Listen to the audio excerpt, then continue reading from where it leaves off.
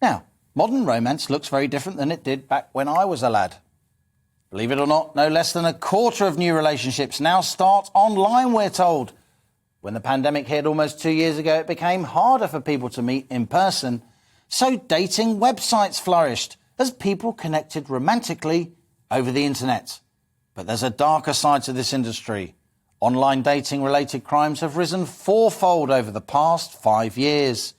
And shockingly, there are no legal standards across the industry, meaning anyone can create a fake profile. That's why, only last month, Elaine Parker launched Safer Date, the first and she believes only dating website that requires ID checks for every sign-up. And that, says Elaine, makes it the safest online dating platform in the world.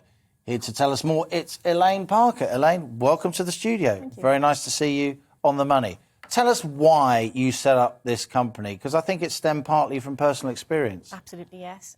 Before my own personal experience, I honestly thought that there was a legal standard and that these people had to keep you safe. I'm amazed there isn't. No, I thought it was just a given and, you know, there's an online dating association. I thought, therefore, people had to abide by this, but I was very, very wrong. And the person that I met online, who ended up moving in with myself and my son, seemed great at first, turned very, very, very, very dark. He put me through months of domestic abuse, through sexual assault, through rape, through stalking, harassment.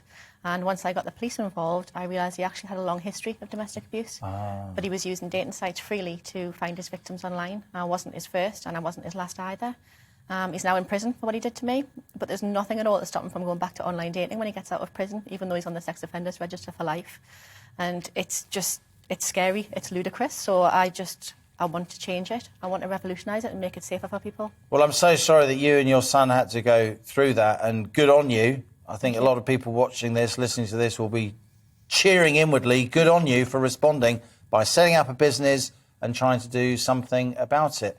It strikes me, Elaine, this is a case we often see these days where government regulation, policy just isn't keeping up with the technology and the lifestyles we're now living. But to have dating sites where there are no checks of the people online, that seems to me mad. No, I mean, the dating industry in the UK alone totaled £230 million last year.